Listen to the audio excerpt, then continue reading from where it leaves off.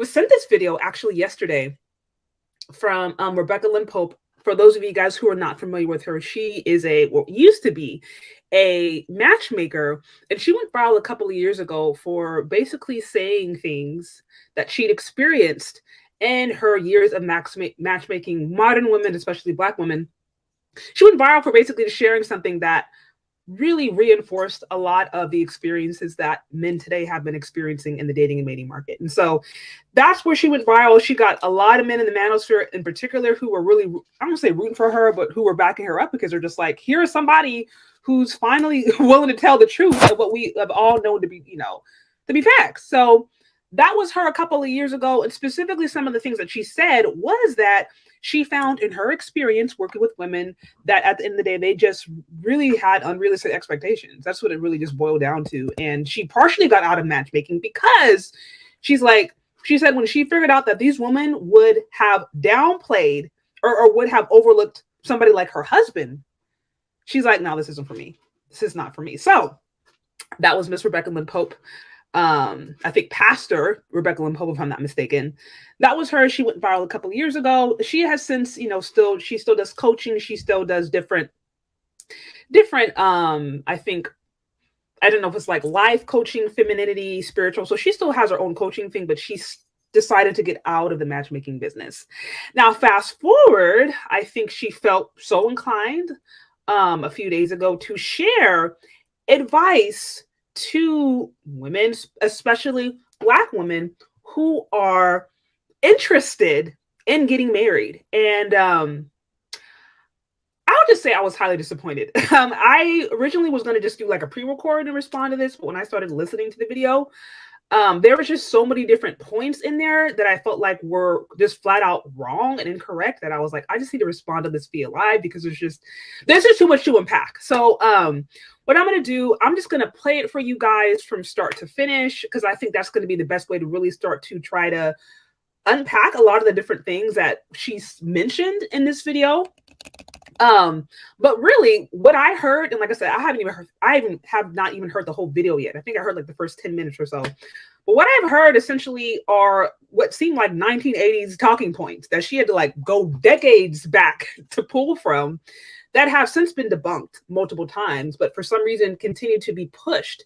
And it was no different than divestiture rhetoric. And I was a bit surprised and also disappointed that someone who has a reputation, someone who has been in the business, she's married to a Black guy, all this different stuff. I'm like, why would you stand up here and then now promote divestiture rhetoric? That's essentially what I was hearing from some of the different things that were said. But anyways, before we get into it, let me pull it up because I think that's going to be the best way to address it point by point. And then we will go from there. A shout out to you, Dane C. It says, Shay, welcome back. Thank you, Dane C. I am looking for my, I'm looking for my hand claps. I can't find it, but I will give you a hand clap here. Thank you. What's going on, everybody? Again, like, share, subscribe on the way here. Y'all know the drill. You can find me on Cash App or Venmo, Chez Chardé. And I'm just going to play it for you guys because I think that's going to be just the best way to unpack it. And then we will go from there. Okay. So let me show it to you real quick so y'all have a sense of what's going on in the event you want to go yourself and actually review it personally or just listen to it without my commentary. It is called Auntie's Advice, Black Woman Who Wants to Be Married. So this is Auntie's advice to Black women who want to be married. This is the context. I'm going to play it for you guys and we'll go from there. Let me know, you guys, if you have any audio issues. Okay. Hello, beautiful people. I took yesterday off since it was the end of my 30-day live challenge. And now I'm back today with another video. And this video is for my Black lovely ladies who want to get married. I've been having these conversations lately, and I also taught in Divine Dating Workshop with Bliss last week. We did a 3-hour Q&A in the Divine Dating Workshop. Okay, so y'all heard that she's not doing matchmaking, but she's still doing relationship-centered content divine dating workshop. I'm assuming that's something that women signed up for, learning how to try to pick God's pick. That's what I'm assuming, because I know she is a pastor's wife. From what I understand, I think her and her husband ran an online church. I don't think they actually run have a brick and mortar church. Y'all correct me if I'm wrong there, but from the different research that I found, he runs, I think, like an online ministry, and they do like Facebook Lives. But anyway, so y'all heard that was recently doing a divine dating workshop for these lovely ladies of the community. Let's keep it pushing. Okay, I said I can't see the video. Okay, so yeah, I'm not showing the video because I don't really know. Real quick, I don't really know her. I don't know if she's one of those who like is particular about sharing or not sharing. So I figured just to be safe, I'll play the audio because I don't want no issues. But y'all, like I said, y'all can go back if y'all want to see it. You can see it, audio and visual. This is, as I mentioned before, the actual video. It is Auntie's advice, Black women who want to be married. Again, I'm not playing the whole thing just because sometimes different content creators and YouTube can kind of get particular about what people are sharing. So I'm just doing the audio, just for context. And I'm going to take my time with this video today. I'm not going to rush because there are some very key points that I need to make. I said some things inside of the Divine Dating Workshop as women were asking me questions that I realized there were some main key points that I have not probably said publicly, but I was saying them inside of class. Recordings just got better. Okay. Hey, it's Dana from StreamYard. I'm so excited to announce. And I could tell some of them were really shocked by some of the things that I had to say. One of those things being, and now this video is going to need to come with a couple of warning labels because I'm sure it's going to trigger some of you. Some of you are not going to want to hear what I have to say. But let's just remember, I'm married. Okay? Been married a couple times. Okay? I know what it is to get married, attract a husband, date someone, convert, court, get engaged, be married. So I will say this. Shout out to her for actually being married. I will say this because there are a lot of people out there giving how to be successfully married advice, how to be in a successful relationship advice, and they're not married. And if you are a woman who actually does want to be married, then I do think that it's important for you to connect with somebody who actually has the results that you want. So I do have to say, although I don't agree with some of the different points that she's going to make in this upcoming video, at least she's married. I can't say that. Like, unfortunately, that's like a rarity now when it comes to people who are giving marriage advice. So, okay. Right? So I'm going to take my time. One,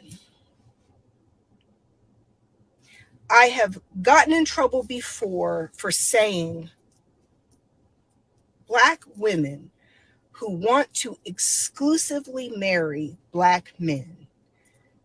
We are in the middle of a crisis. Black men are in crisis. Okay, so y'all heard that. Black men are in crisis. This is something that I've heard floating around here for quite some time, right? Black men are in crisis. And then hence the name of the actual live that I did today, we start hearing that they're gay or that they're snow bunnied or that they are imprisoned. There's not enough of them who are marriageable. So she's going to go down the laundry list. But the whole premise of this entire conversation is Black men are in crisis. That is the foundational starting point. Now, of course, there's a lot of people who are going to push back to that, right? There's stats that say the majority of Black men are at least in the middle class, if not higher. I think it's over 50% of Black men today, right, of marrying age are single and childless and in the middle class. And so just from a strictly monetary standpoint, there's an argument that says, no, we're not, like, we're fine.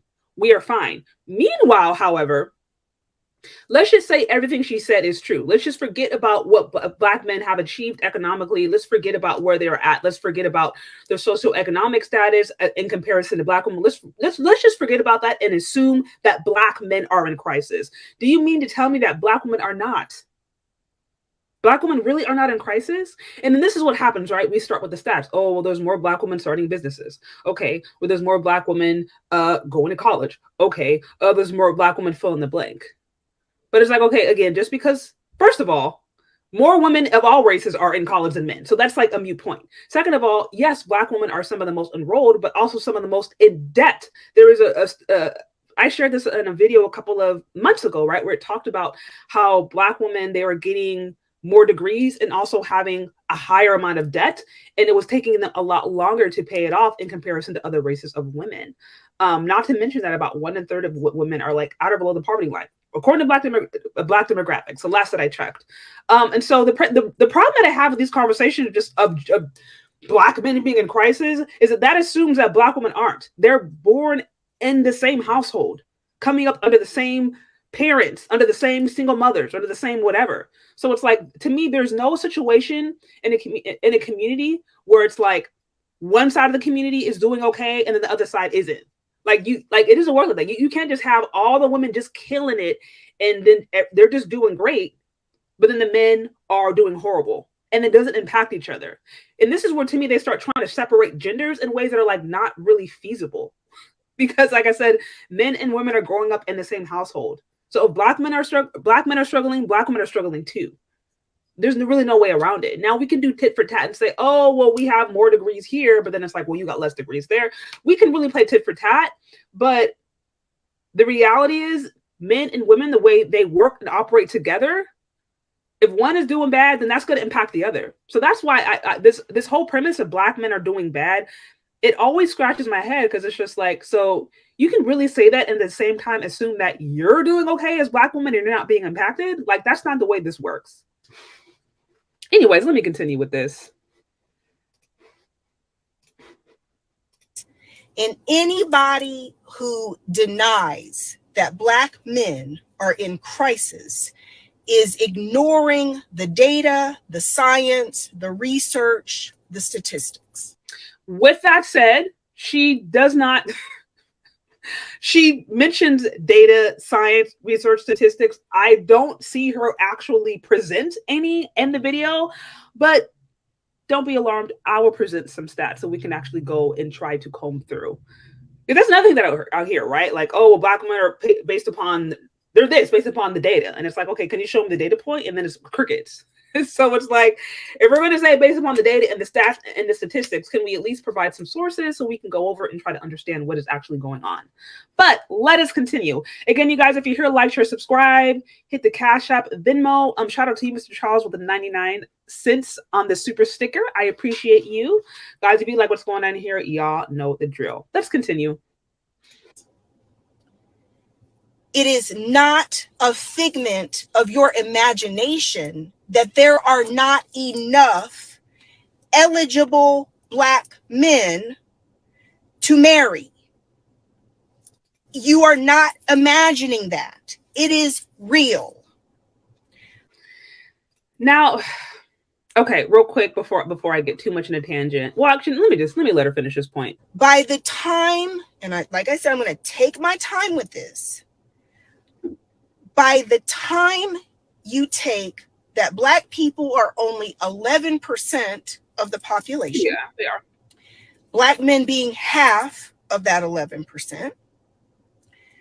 By the time you remove the gay men.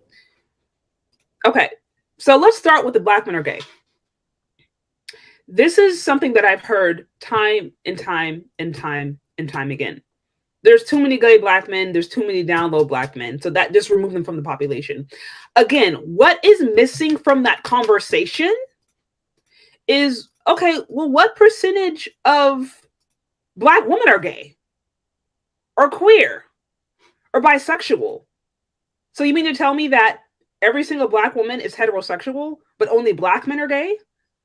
Y'all see what I'm saying? And so a lot of the talking points that I think we're going to hear in this video as we move forward can literally be applied to women, and sometimes even more so. Let me show you a source just to kind of give you guys some context if we really want to get into who is what. If we want to do the whole, well, they're gay, yada, yada, yada. This was shared back in 2019, and trust me, guys, there are many sources. This is just one of many sources.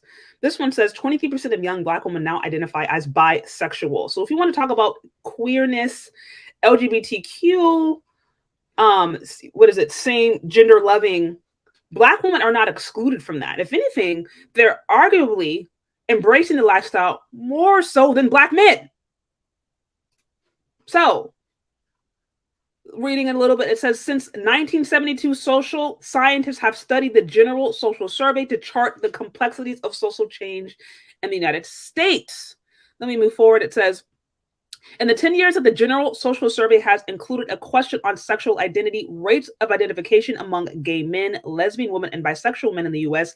haven't changed much. Bisexual identifying women, on the other hand, account for virtually all of the growth among those who say they're lesbian, gay, or bisexual. Of all the women who responded to the 2018 survey, more than 1 in 18 identified as bisexual. 1 decade ago, only 1 in 65 did. So basically what it's saying is the amount of gay men, let me see. Yeah, it says that amount of gay men, lesbian women, and bisexual men hasn't changed much, but there has been a huge growth among those who are basically among women, right? When it comes to identifying as being bisexual. Then it goes to break it down here a little bit more specifically. It says by 2018, a few years ago, we wrote about how approximately 18% of young Black women identified as lesbian or bisexual in the 2016 General Social Survey sample.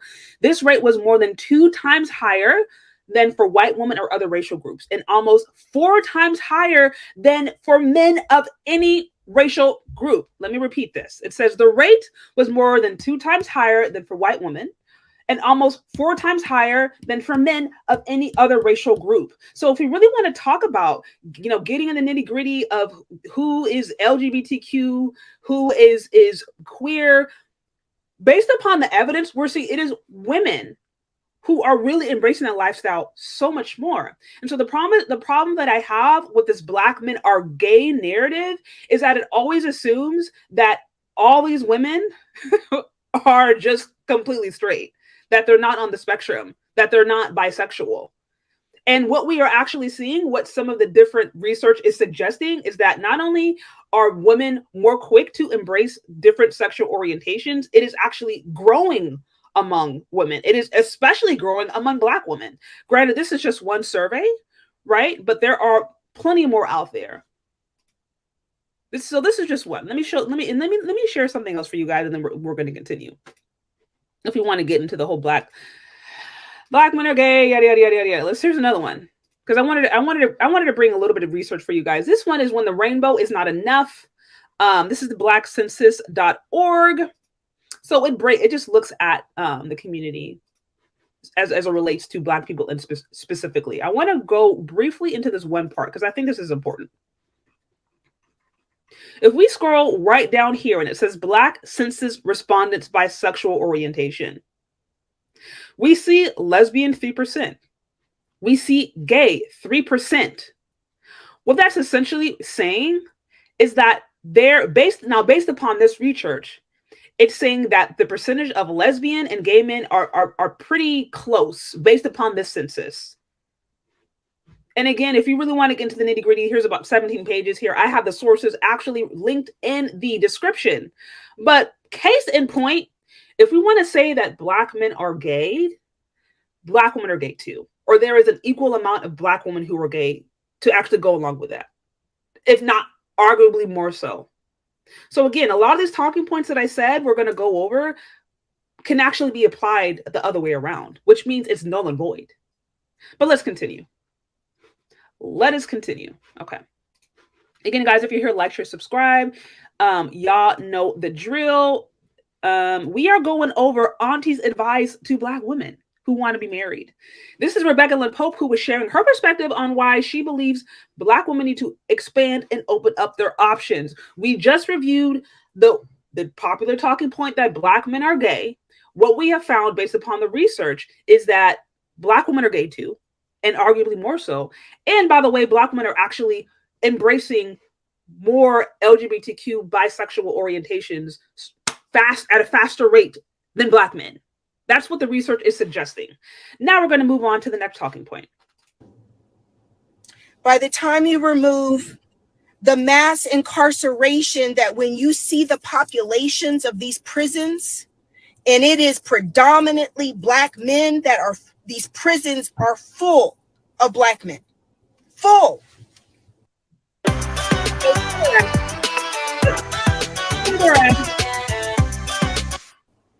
At an exponential rate compared to our percentage of society. We're only 11% of the population, but the prisons are full of Black men. Okay, another popular talking point. Black men are in prison. There's not enough of them around. Yada, yada, yada, yada. There's problems and all that. Y'all know the drill. So this was debunked again years ago. Let me share this with you guys real quick. Some sources for you guys to check out. The myth that there are more Black men in prison than in college, debunked in one chart. This is kind of talking about how, look, we're having these conversations about, oh, all these Black men are in prison, but you have more of them in college than in prison. Vox talks about this. There's other sources. Again, I linked this to the in the description box, but really, this talking point has kind of been debunked. And again, another point. Let's just assume what she said is true. Let's assume the talking point has not been debunked, and what Rebecca Lynn Pope said was true about, look, they're all in prison. Well, what's going on with Black women? What's going on with Black women? I want to turn your attention to the new Jane Crow, Women's Mass Incarceration, which is specifically dealing with the rising rate of incarceration among Black women. Right? I know she talked about there being exponentially more. Let me see if I can find this. Women who are incarcerated, or exponentially more Black men who are incarcerated than Black women. With respect to the other populations, let me see. There's this one part in particular I want to highlight. Let me see. So in this whole point, the whole purpose of this basically is actually break down how, but case in point, you're starting to see more Black women go into prison. There's a rising way. And this is just women in general. They're starting to see more of an increase. But of course, surprise, surprise, this is exponentially or uniquely impacting Black women the most. So this is one section of the article. Here it says, for example, the U.S. Department of Justice reports that the rate of incarceration for Black women is 113 per 100,000, more than twice that of white females. The data is even more troublesome for young Black women in their late teens and early adulthood, as they are 5 times more likely to be incarcerated than their white counterparts. So if you want to talk about there being a exponentially higher rate of Black men in prison with respect to other populations, the same can be said for Black women. Literally right here. Again, links of this are down in the description box. It literally says Black women, they're 113 per 100,000, whereas white females, it's only 51 per 100,000. And then it goes on to say, the data is even more troublesome for young women in their late teens and early adulthood, as they are 5 times more likely to be incarcerated, 5 times more likely, people, to be incarcerated than their white counterparts. And despite comprising roughly 6% of the US population. So, as I said before, every single thing that can be said and done to try to implicate Black men into this whole category of not being good enough can actually be applied to Black women. That's the cool part. So we're going to move on. Again, guys, if you're here, like, share, subscribe. If you like what's going on here, be sure to hit the Cash App, Venmo, Chez Chardé. And as always, I'll be sure to acknowledge all Super Chats and Cash Apps. We are going over the common talking points that Black men are gay, snowbunnied, and in prison. Okay, let's keep cooking.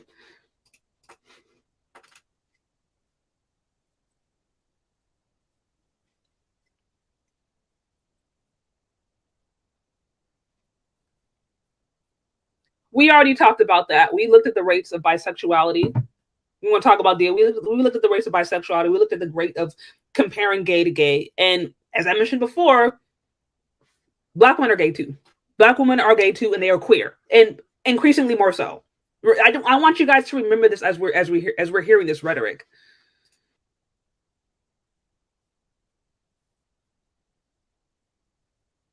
And women don't.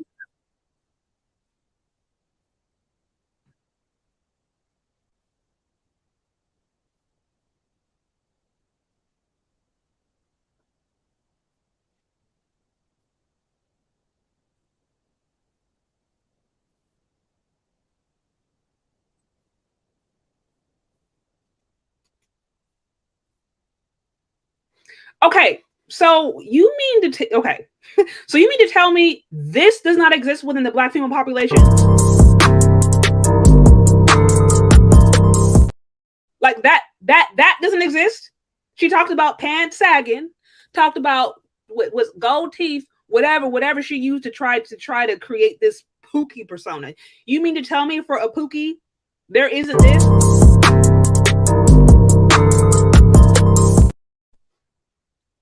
We got the Gorillas, we got the Sukianas of the world, we got that culture is being fed and funded. They have millions of followers.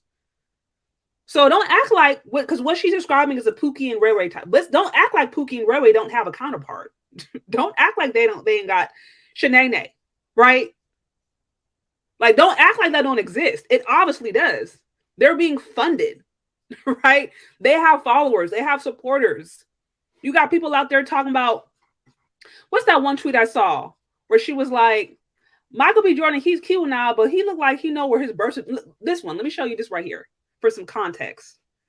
Since we really gonna sit here and act dumb, like sometimes, and I don't mean no disrespect, you know, I try to be respectful to elders, but I'm like, I think at a certain point, if it starts to be a little, if it starts to just be like, this is a lie, then it's like, we gotta just call it what it is.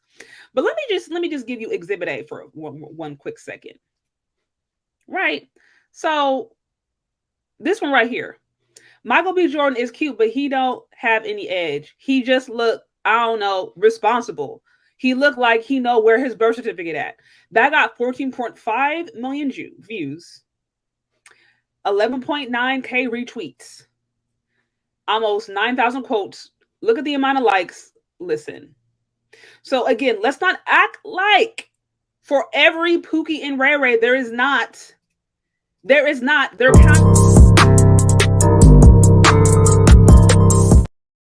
act like that don't exist. That's also removed from the conversation, because again, we want to talk about marriageable black men. We cannot assume that every woman is marriageable. We cannot. The starting point should not be that the entire female population, all Black women are marriageable, that they're starting from that point. They're not. Like, not everybody is marriage material. Let's let that sink in. Okay. So let's continue. That are solid, hard ability of Black men. My husband thinks so many men are just like him. That there's just really a bunch of Carrie Popes running around that are solid, hard-working, intelligent, marriage material, mature, grown men who want to be responsible and want to build a family. And I'm like, Carrie Pope, no. So ladies, by the time you take. So y'all heard that, right? Okay. So basically she's saying there's not a lot of good marriageable men out there. That's what she's saying. Again, my thing is, okay, just assume that's true. You can really sit down here and say that there are an equal amount. There are all these marriageable women, but not marriageable men. Because I'm like, again, don't these men and women grow up under the same households? That's what I always try to wrap my brain around. I'm like, how is there this entire population who's just thriving and succeeding and just making all these wins, but then the other side is they're just failing all of their group on the same household? And by the way, the population that is supposedly making all these wins still cries about being oppressed. They still cry about being oppressed by Black women. That's a whole other thing. I did a tweet a few days ago of just like, I don't understand how Black feminists talk about how Black women are just like overtaking and overrunning and superseding and exceeding and surpassing Black men at the same time they complain about being oppressed by them. Like, it just, the math to me doesn't math. But nevertheless, this is some common talking points that we have. And so it's like, if Black men aren't marriageable, they grew up in the same household of these Black women. So at some point, it's going to rub off on each other. And that's why I think,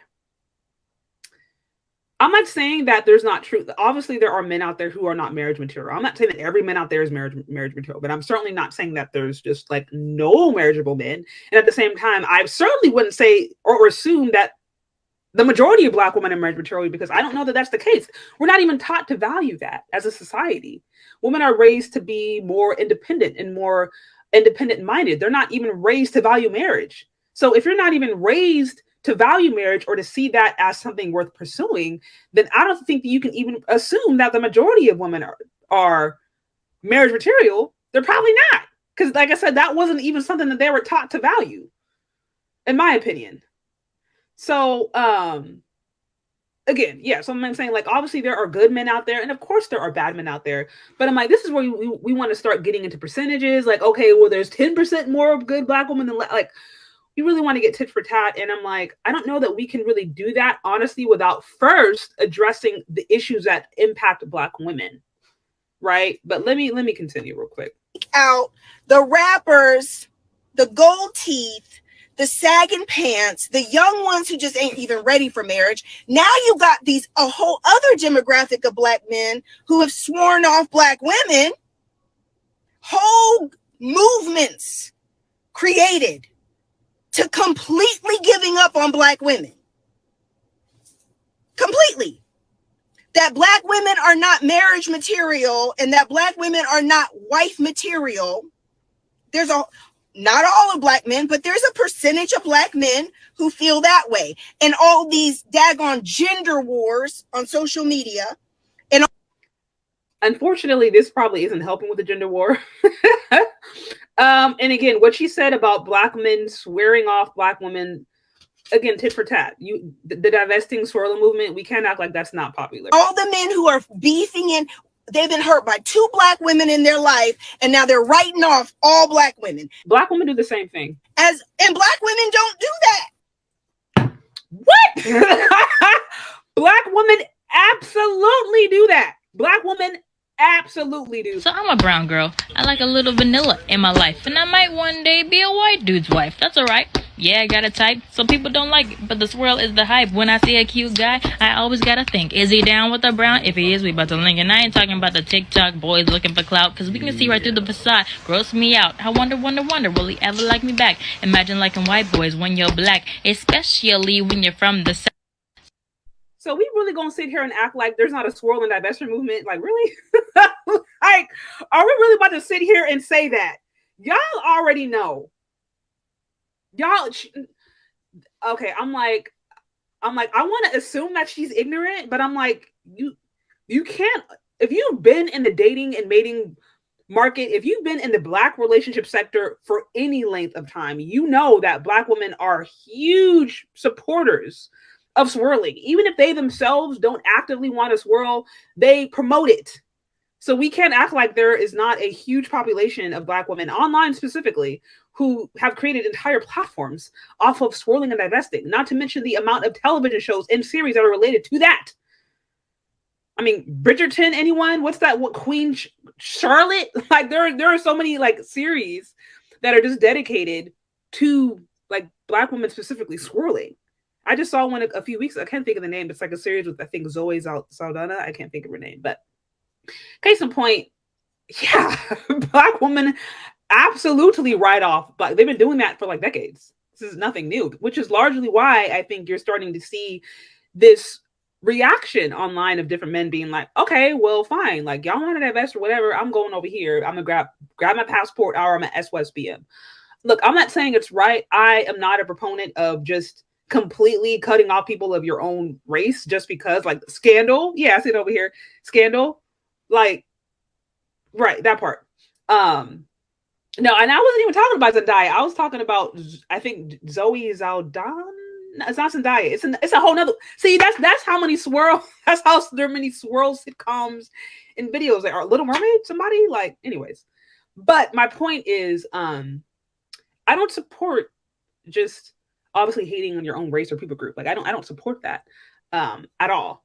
But I'm saying it's like we can't act like it doesn't exist on both sides, and we also can't act like there's not a history of it being a lot more acceptable in America. Like if we really want to go there, if we truly want to go tit for tat, there were laws specifically targeted against Black men who thought about dating or mating out. There were laws against that.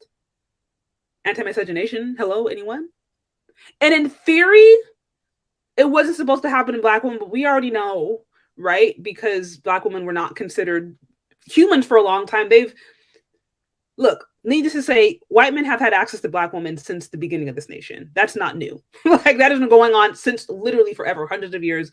White men have been sleeping with Black women. That is not, whether it was by choice or forced, nevertheless, it's happened for hundreds of years. So already in the psychology of Black America is the exception, or probably the expectation that there's going to be a group of us who are just always going to date and marry. There's going to be a group of women specifically who are going to date and marry out because of that history.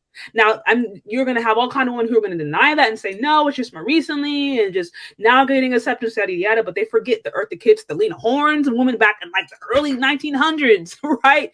Who were dating and swirling, even while they were like creating Black causes. We want to forget about I don't want to go too deep, but case in point, that's some bull. That's just some bull. They say drink must be taking a lot of sips in mid-sentence. Keep up the great work, Shay. Thank you, Ryan, for the 5.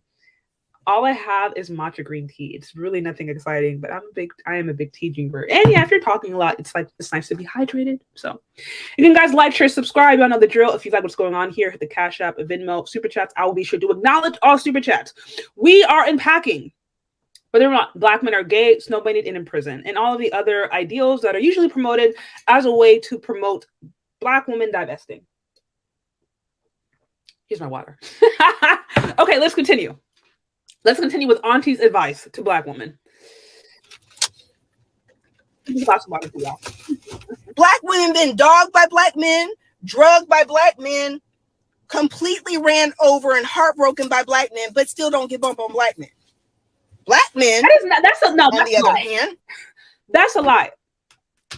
I think I may do another video on this, but now let me start off by saying that I'm not a one who says that Black people are exclusively responsible for slave trading. We obviously know slavery was a European enterprise, period. Yes, you had collaborators and you had race traders. That absolutely existed.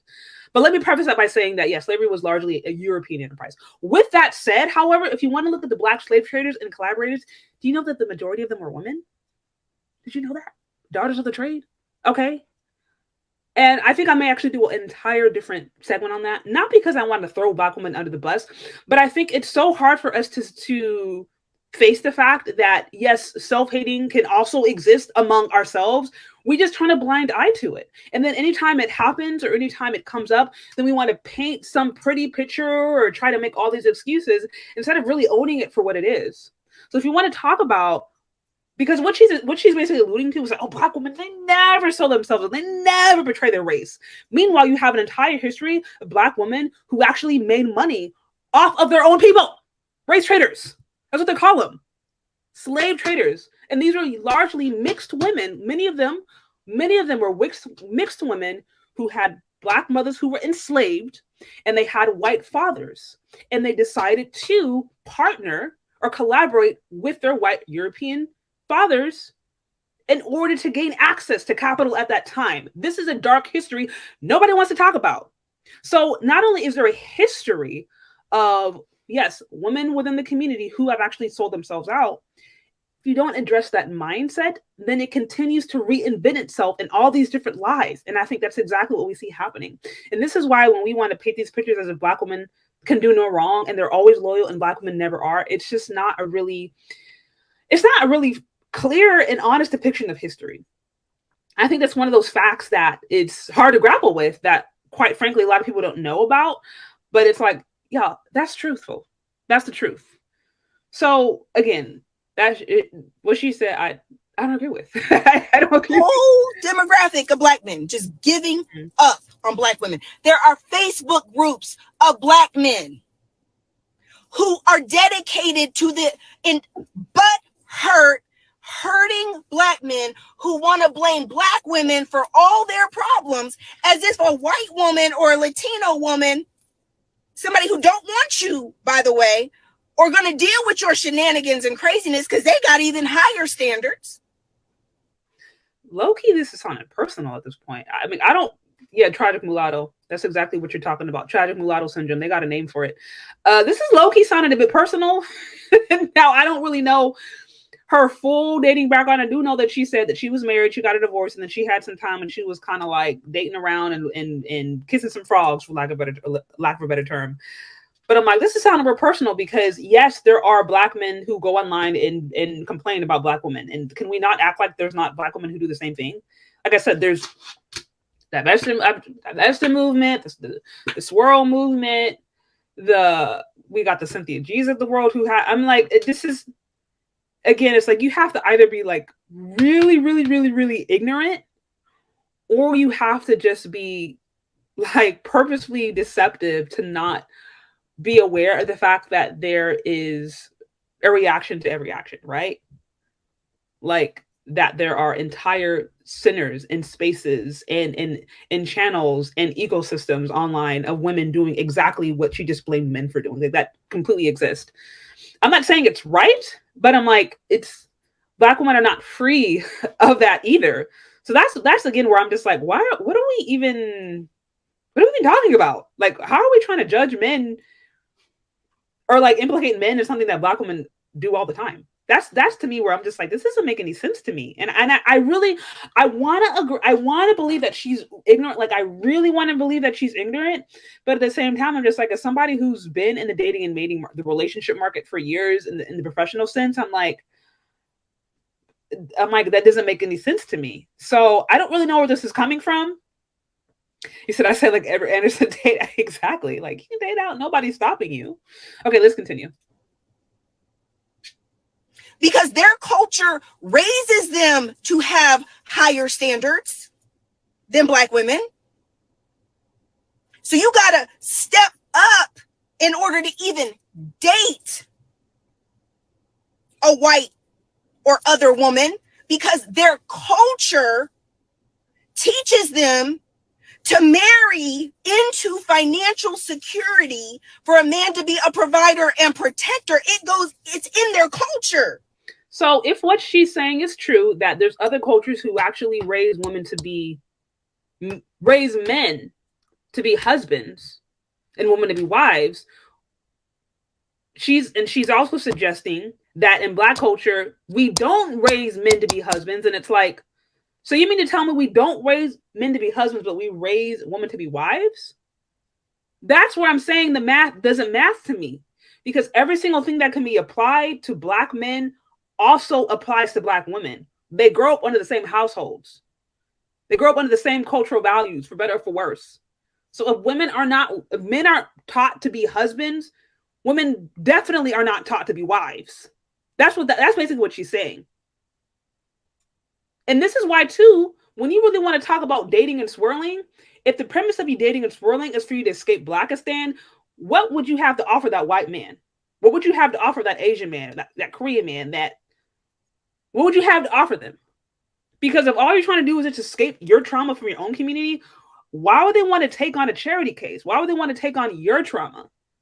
And that's why, to me, these arguments are just like, what are we even talking about? This doesn't make no sense. You're literally saying men weren't raised to be husbands. That's literally what you're saying is going on in the black community. But it's like, okay, then that also means you're not raised to be a wife. So then why would a white man, a high value white man at that, somebody outside of your community, want to take you on if you came from a broken community?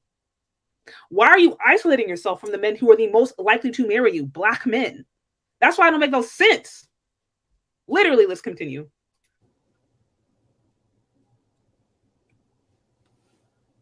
So I'm in the gym the other morning. I'm on the treadmill. Black men working out all around. I look, I'm paying attention. A good third to half the black men I see in the gym are gay. Wait, ain't she in Atlanta? Y'all correct me if I'm wrong, but I'm like, if she is in Atlanta and she's surprised that there's a high number of gay black men, I'm like, you are in Atlanta. Like, that is not outside of the realm of reason for you to see that. Y'all correct me if I'm wrong, but I actually thought that she lived in Atlanta. Yeah. So, and also, like, listen, I talked to a couple of men who go to the gym regularly, and they're like, I'm hard pressed to find black women, period, in the gym. So one reason that you maybe don't see an equivalent amount of whether it's a lesbian black woman or whatever is because, I mean, do black women even go to the gym as much as black men? That's a whole other conversation. But different men that I've talked to will be like, yeah, I've seen black women, this and that, but I'm hard pressed to find a sister. If she is there, she's maybe working, but she's not like on the Stairmaster or whatever. That's a whole other subject. But again, if she is in Atlanta, then this is not a valid point to me because I'm like, you're in Atlanta, so surprise, surprise. Continue. Ladies, and that's not my imagination. Everywhere I look, it is gay black men. It doesn't matter why. We can talk about why. You can go into all the whys, ladies. It doesn't matter. I told y'all too, for those of you guys who are here late, we already kind of went over some of the stats in the black community as it relates to the LGBTQ community. What we saw is that bisexuality is on the rise first and foremost among black women. That is what we saw. Black women are embracing different sexual orientations more so than any other group, any other race and gender, based upon some different stats out there.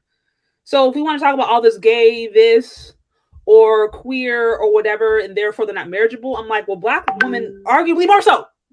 Like, that's what they're doing. Arguably more so.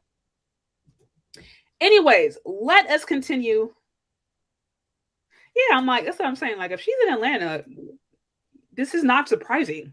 Like, if you're in Atlanta and you see gay black men, well, duh. Like, that's what I would think. I don't mean no disrespect, but I'm like, that goes without saying, of course. Of course. So yeah, that's the stats. I did that earlier in the video. We see that there's bisexuality is generally just on the rise more so for women, but especially for black women. Case in point, some of the stats that I showed that there were an equivalent amount of gay and lesbians within the black community. Now, some other sources I think I saw in the comments say that there may be less gay men. So I'd be curious of those sources, but just some of the immediate research that I saw showed that it was at least equivalent, if not more so, for women. So let's continue. That's why that's why the talking point is, to me, it's kind of null and void. And even if it is valid, then it also applies to women. That's really what that means. Another ad. The homeless problem is getting worse. It's not getting better. I know the drill. Crime is getting going on here. Show some love on the super chat. All that. I'm on the phone with my therapist this week. I'm saying to her, I've never been more happy. I'm in such a great place. So much peace and balance, and Carrie pays 95% of the bills. I've never been in a place where I did not have the financial pressure. I am provided for and taken care of. I still work, but I'm not under the pressure I was. So y'all hear that previously she was in relationships where she was under financial pressure. By the way, that happens to actually be the majority of women today, period, by the way. Let me just preface that. 70% of mothers work. Over 70% of mothers work. So let me just paint that picture, okay? Over 70% of mothers today are working. So this whole I'm not under pressure anymore. I don't know. I'm assuming she's Gen X. So she is older, different generation, different financial system, all of that to take into consideration. But yeah, I just want to preface that. Let's continue. Previously. And I said, Dr. Pam, that's my therapist. Dr. Pam, is this how white women feel? What? When a man is paying all the bills? I've never been here before. I'm just being honest with y'all. I've been 50-50. I've done my part. I've done more than my part. Y'all have been in course with me. I've been honest.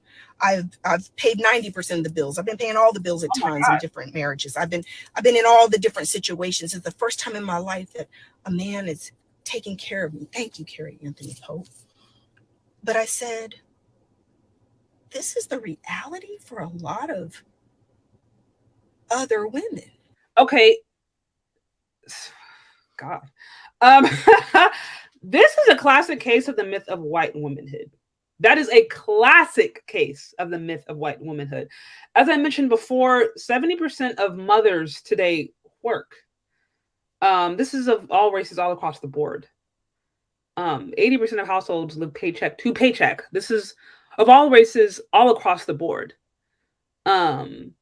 Yes, you have a probably higher percentage of white families that have wealth, largely because of the history of this nation.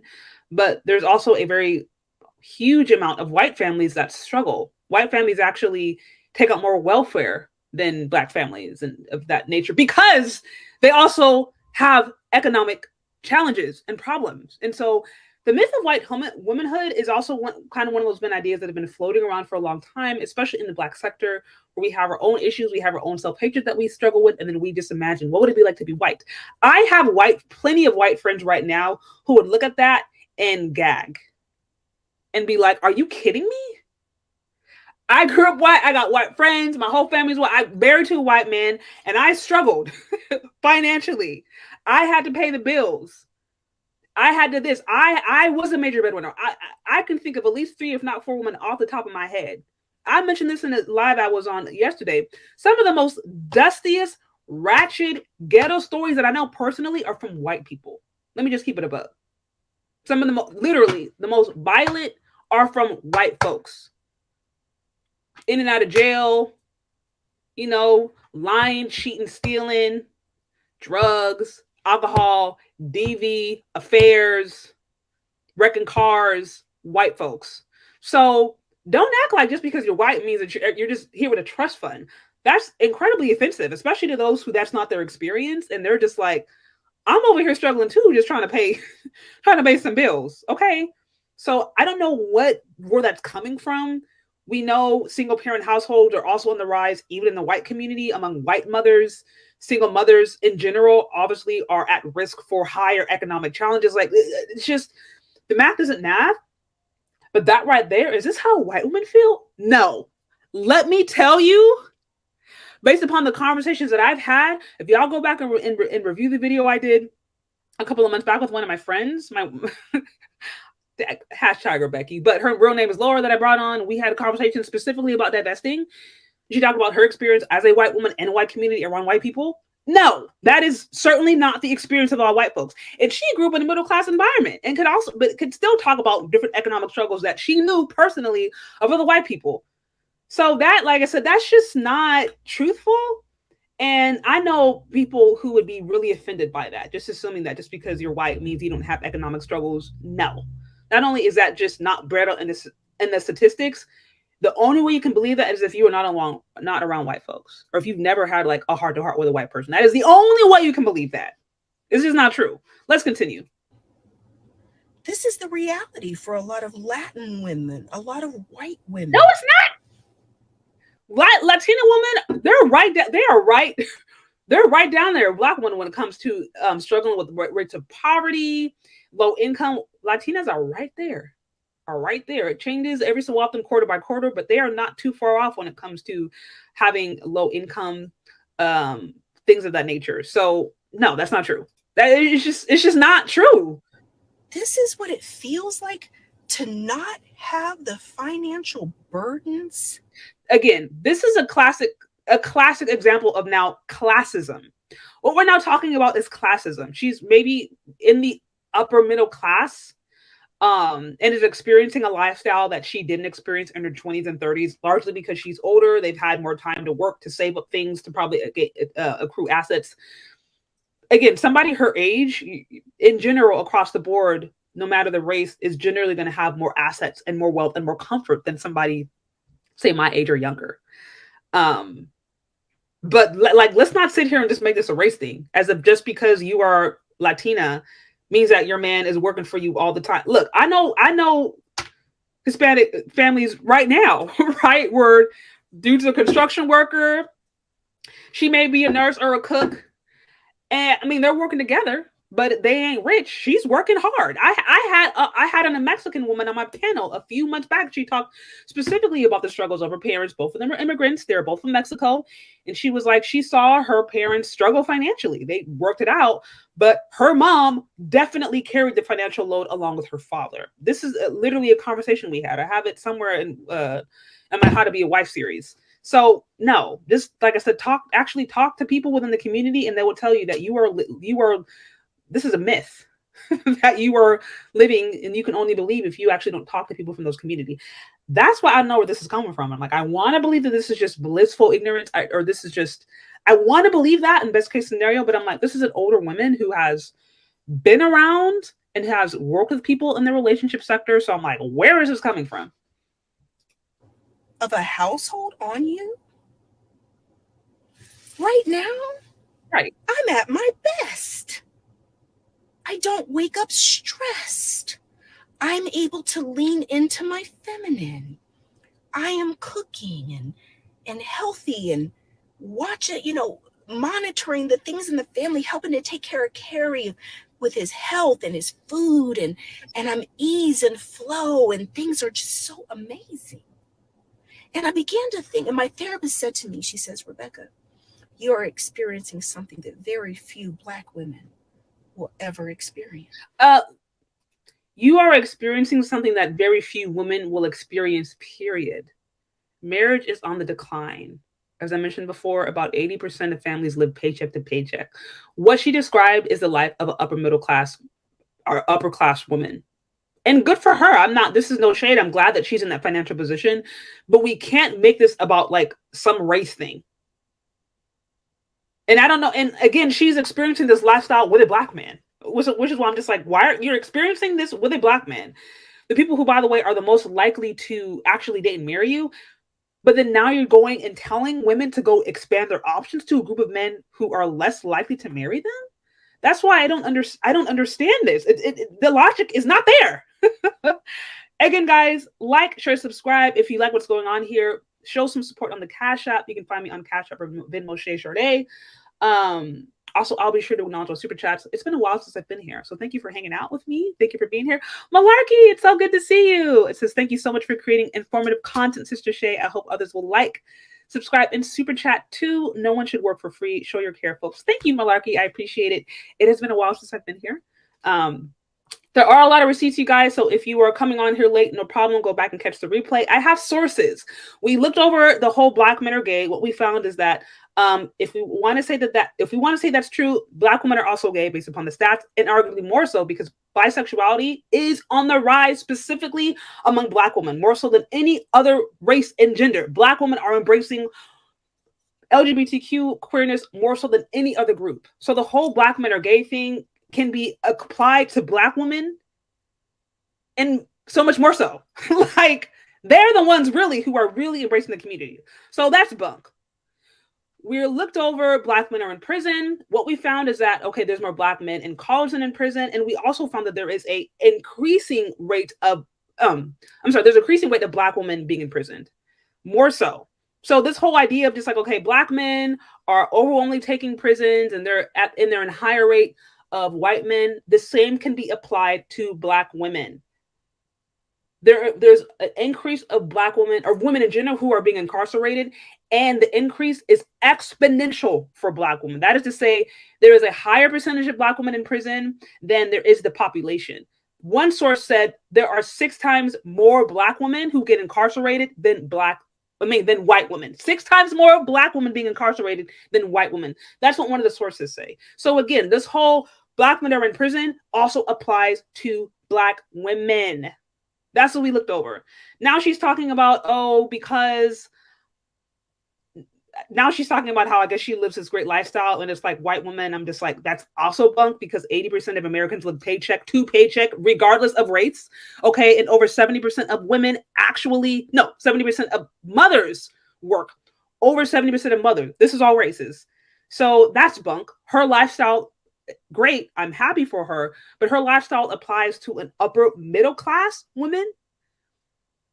But people who are in the middle or lower class of all races are struggling, period. Like, it just, so this is kind of where we're at. This is the point of the conversation we're at. Again, you can go back and catch some of the receipts that I've showed, sources if you guys like to review it. And let's continue. Like, share, subscribe, cash apps, super chats, I will acknowledge. Let's continue.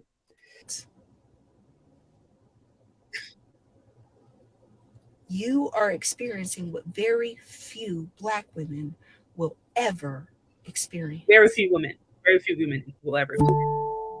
Okay, another ad. Sorry. Oh, you know what? I could if I do that. This is from a therapist. My therapist is in her 50s. She's been a therapist for over 30 years. She is so experienced, so wisdom, knowledge, woman of God. She's amazing.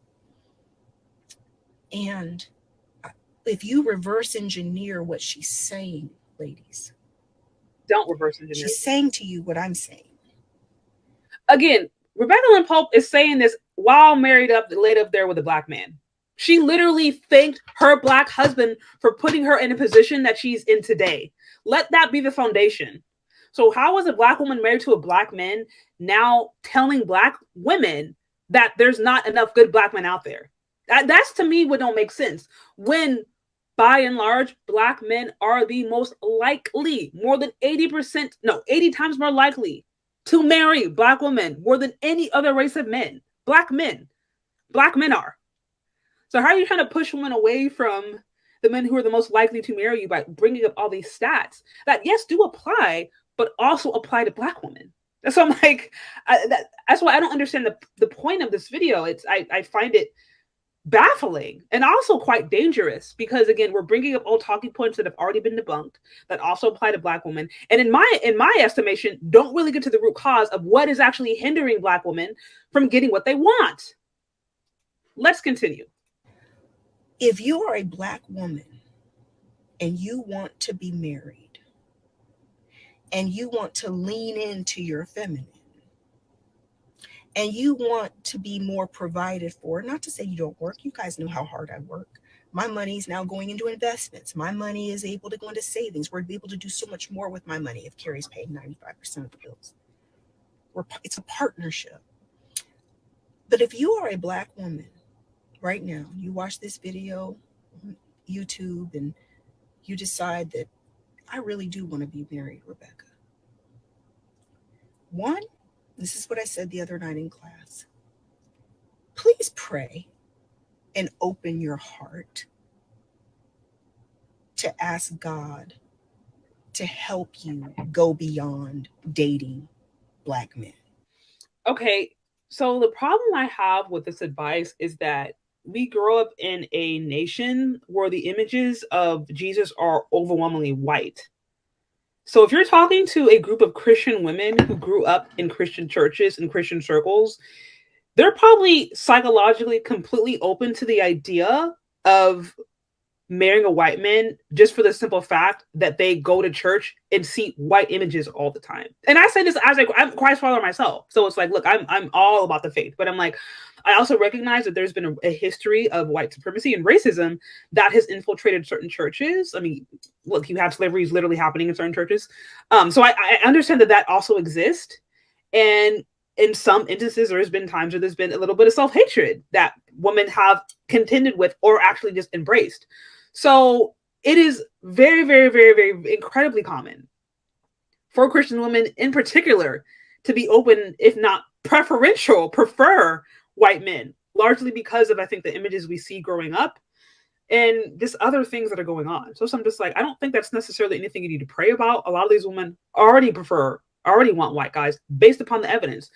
I shared this, y'all see in the community tab. I have sources, the dating divide. We're talking about how all races of women, Black, Latina, Asian, responded first and had a preference, preferred, wanted, had a higher priority over white men than any other group. All of them wanted white men more than their own race of men. This was every race of women. So you don't need to pray about something that women already want. They don't need to pray about that. A lot of these women already want it. They just can't get it. That's the issue. They can't get it, but we don't want to talk about that. Let's continue. You have to open up your options. My question, okay, so where are we opening up? This is always the thing. Where are we opening up options to? Because options, again, have been open since the beginning of this nation. White men have always had access to Black women, period. They have always had sexual access to Black women. The issue becomes not the lack of access. It is truthfully the lack of desire. I don't know how else to say this other than just saying it. It's a lot of white guys are not interested. Of course, that there are always those exceptions. We can all speak of exceptions. And sometimes women love to live in the exceptions. I get it. But I'm just saying the premise of opening up your options is that's not the issue. Options have already been open. White men have already had access. They're the ones that created the anti-miscegenation laws. If white men were truly interested in getting with Black women, they wouldn't have had those laws to begin with. So that exists. The problem is, where is the lack of desire? That's the problem. The problem is that race is still a big deal in this nation. And this is one of the issues I think that I have primarily when we talk about interracial dating. I've mentioned before, if somebody wants to do it, I don't really care. I like some of my closest friends are in interracial relationships. They have beautiful marriages, and I'm like, great. But don't paint this false picture and then set these women up for failure. Let's review something that actually that's the wrong one, Black demographics, which is also really powerful shorts, by the way. I want to review another. Let's see if I have it up here. Okay. I've done this before, but just for a quick little teaser for y'all. Since we like to play dumb sometimes, or we like to forget, or maybe some of us really don't know. I don't know.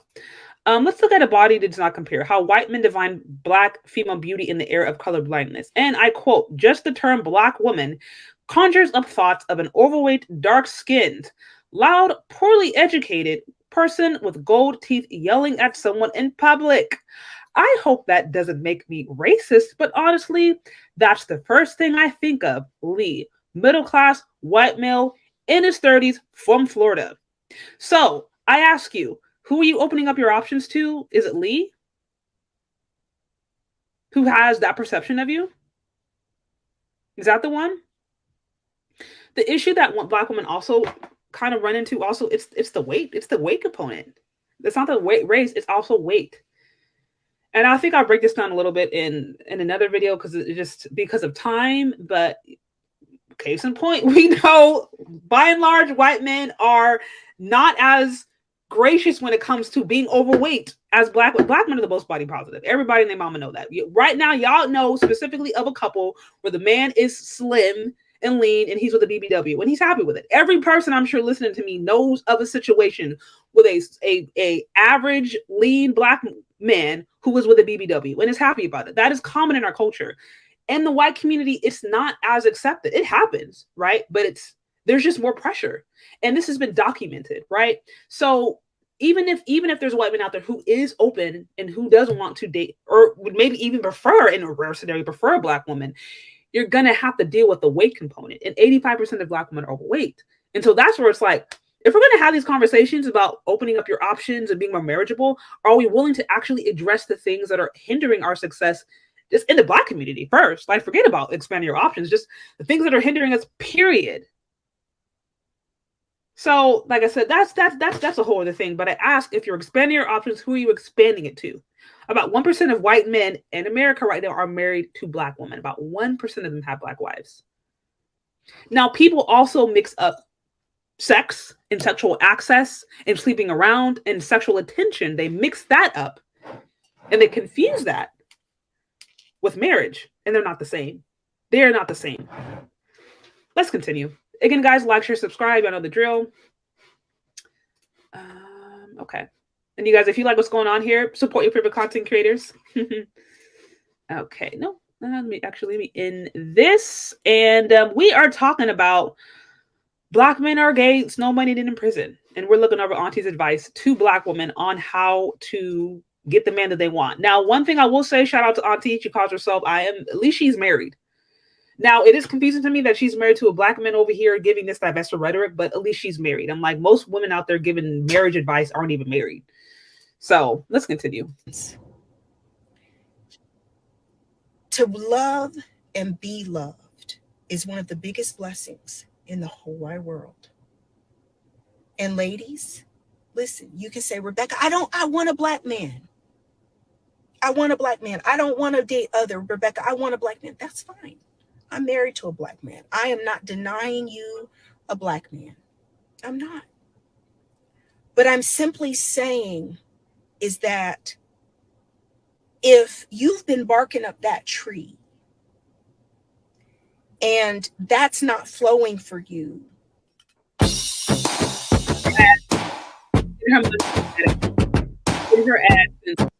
and you don't have a ring on your finger, and you're dating and the options you're getting are not marriage material, I'm saying that it is better for you to be loved by a good man rather than just a black man. And this is where I understand her point, but I'm like, if you're having a hard time getting along with black men in your community, what makes you think you're going to be able to go outside of your community and do better out the gate? Like I said, I don't think no race of men wants to feel like they are like leftovers or they're the second choice. So if you come with a narrative of, oh, it didn't work out with me with black men because they're the ABC, X, Y, and Z, and there's all this garbage, you think a high value white man is going to sign up for that? That's why I'm just like, the way you even engage with dating out, I think you want to look at that.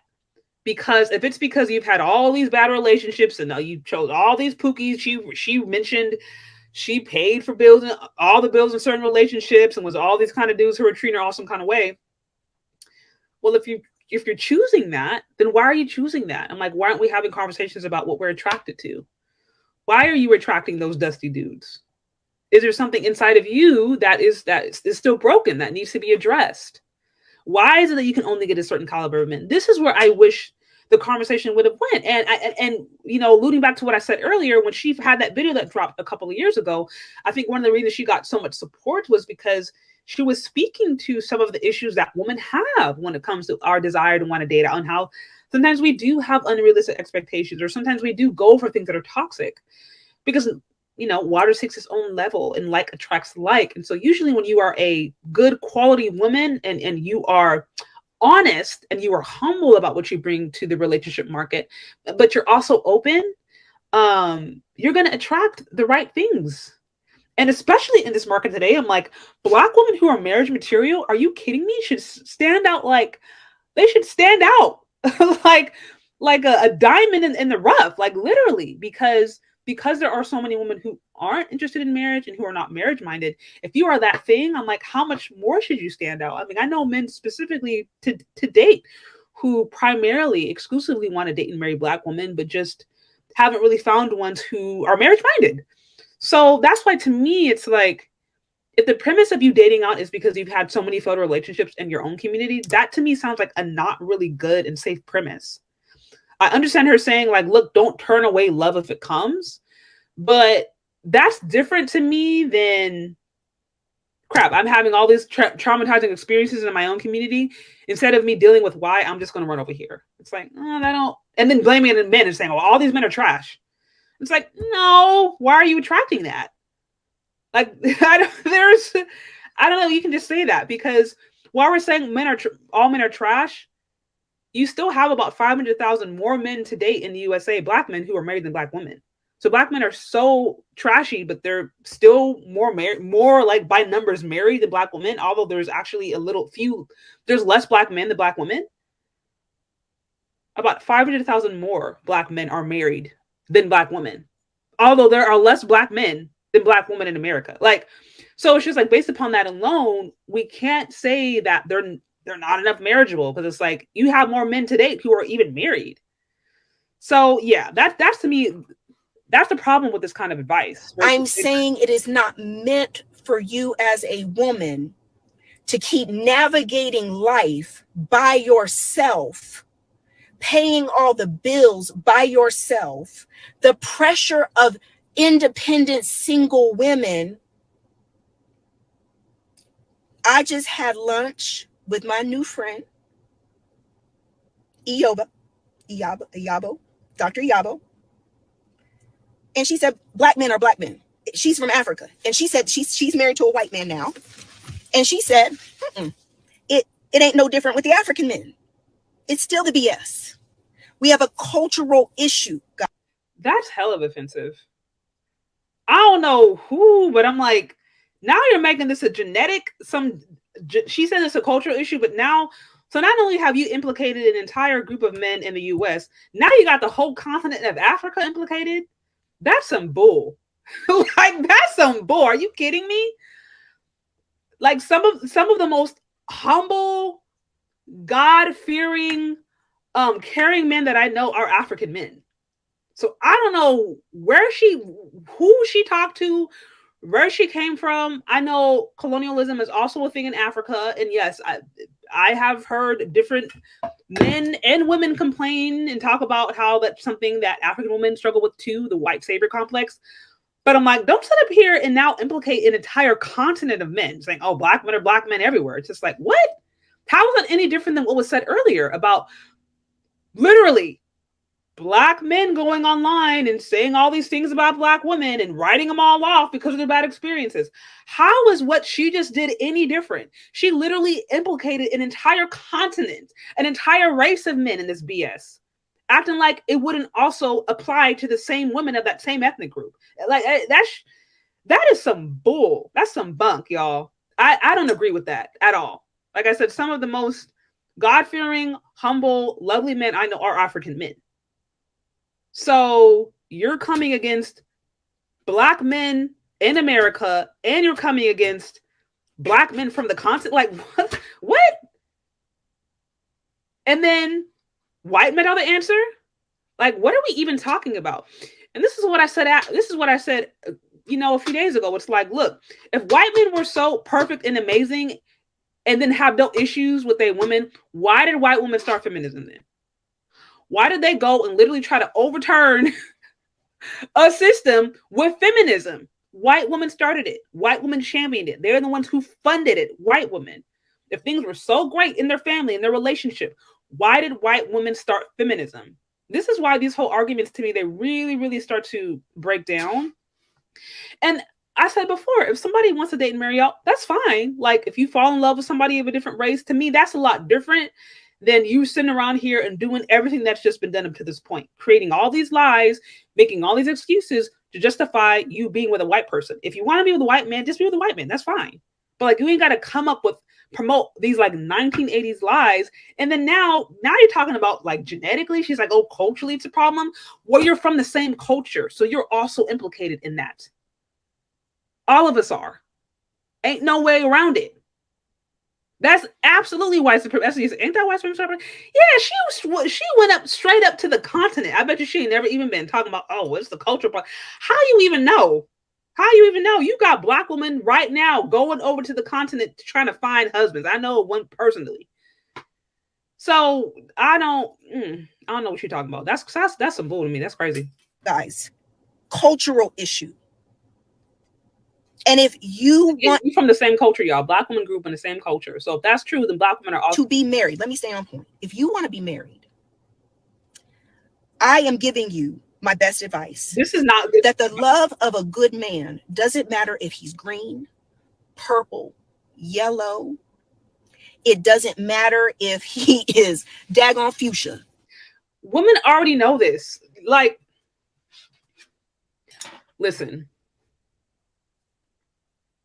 The only women I know who are really like pro-black like that usually are women who have already swirled and had failed swirled relationships, or maybe they already have black sons.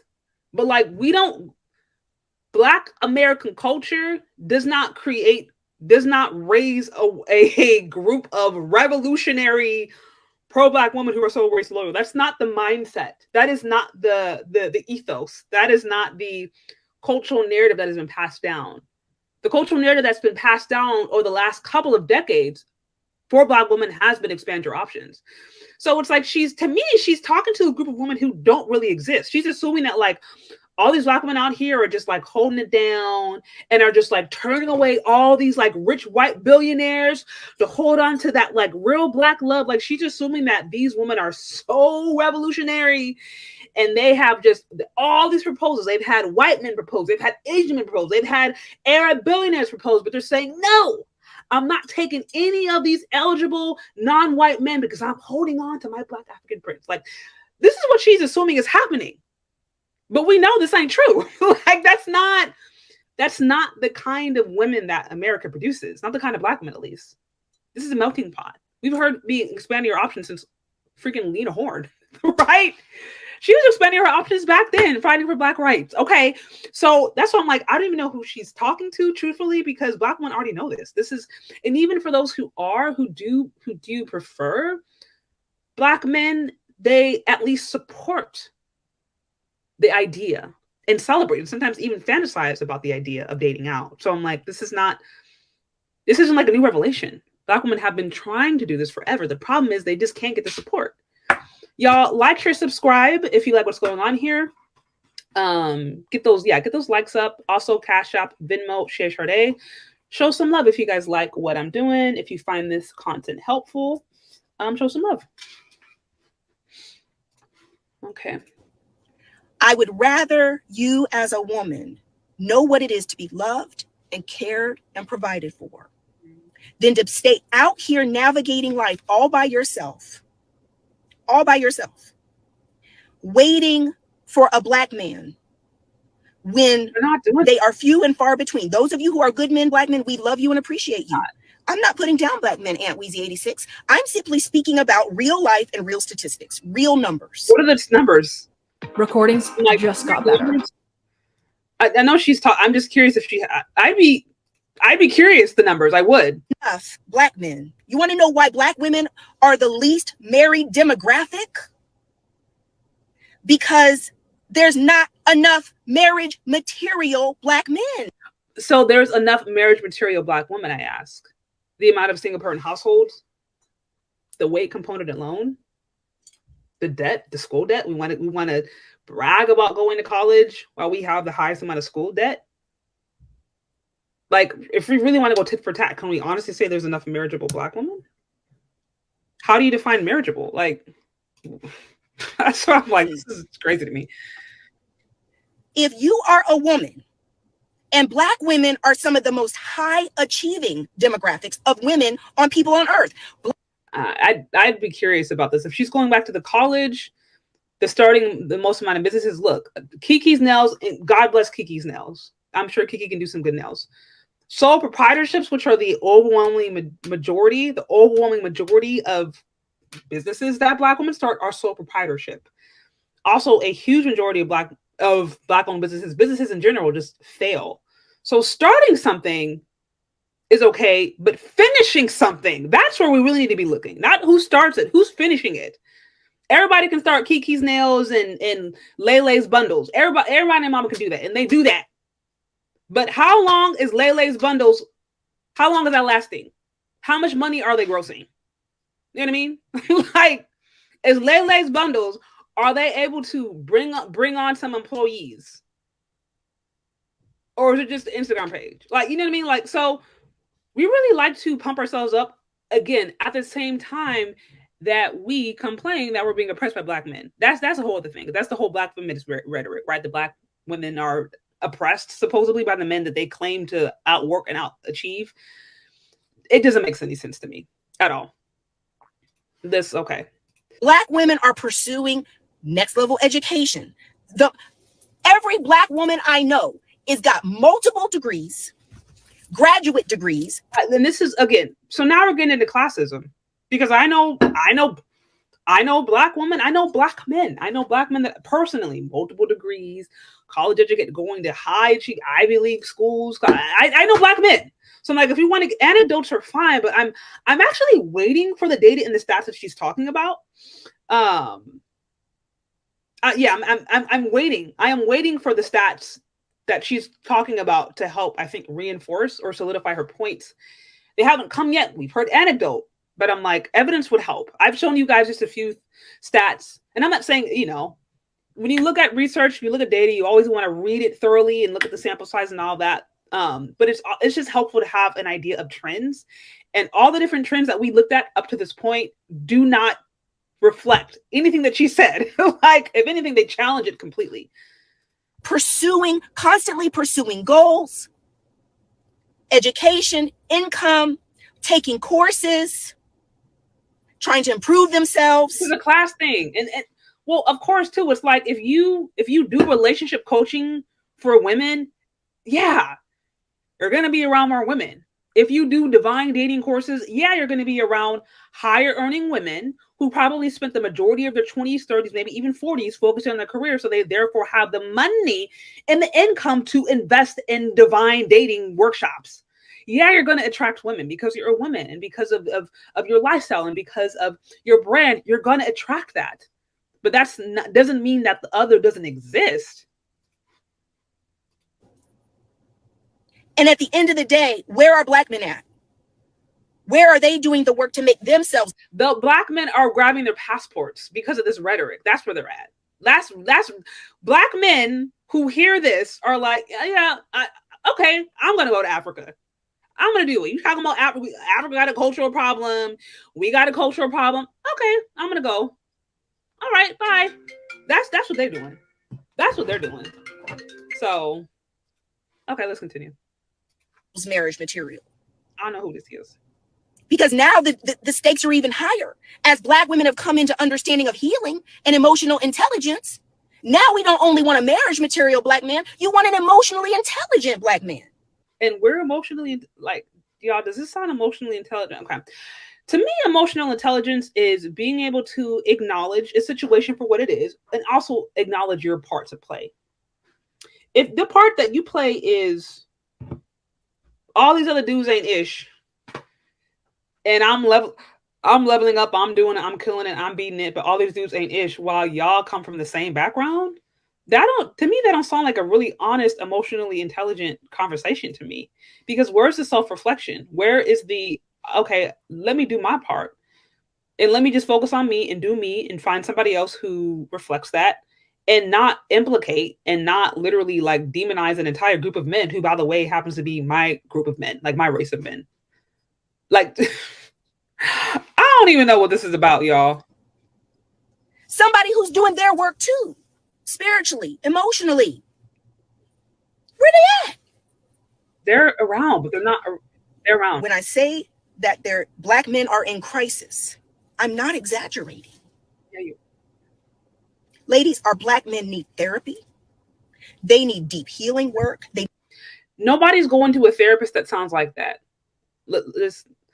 Nobody is going to a therapist that sounds like that. Straight up. I don't disagree with what you're saying. I think Black community, period, needs therapy. But we can't be misandrist, and then we can't literally be open about our negative preconceived notions about Black men, and then at the same time be mad when they don't open up to us emotionally. Like, at that point, you're not creating a safe environment for them. We need generational healing work. She knows this. She's a grown woman. Like, she knows this. So I'm just like, what is going on? Is this just pandering? Like, that's why I'm like, you know, I want to believe she's ignorant. Like, I want to give her the benefit of the doubt and believe she's ignorant. But I'm like, this is an older, seasoned woman that's been married. She knows what these women are about. She's the one that did that video a couple of years ago. So where's all this? How was it a couple of years ago? These women are hard to deal with, unrealistic expectations, don't want to lose weight, don't want to get themselves in the place to get the kind of men that they want. And then fast forward, this expand your options. What? C-Sal says women are waiting until they're too old. Coco Blade says that part. We're preparing for men who aren't prepared themselves. No, you're not. Women are prepared to be wives. Women are told to get career. Just because you know how to get to college does not mean that you're marriage material. And she went out there and listed all these accomplishments. Oh, I know women getting their degrees, getting money. She went out and listed all these accomplishments that have nothing to do with being a wife. They have to do with just maybe being a worker in a corporate setting and maybe starting your own business, but they have nothing to do with you being a wife. You don't need to have a master's or a PhD to know how to be a good woman to a man. So she listed things that aren't even relevant to what she's talking about. Y'all like her, subscribe, hit the Cash App, super chat. Yeah. let's keep it going. And then by the time you have a man on a higher socioeconomic level, we're wondering, why do they marry other women? Because those are the women they're around on that level. And then those women are the women who are used to being provided for and protected by their fathers and men. So these are women who are in touch with their feminine, who men prefer. Yeah, okay, y'all. Well, I got a few more minutes. If you guys like what's going on here, hit the Cash App Super Chat. I'm gonna go on a little break. If you guys again like what's going on, Cash App Super Chat, and I will continue. And if not, I'll wrap this up because we're getting kind of, it's almost 2 hours.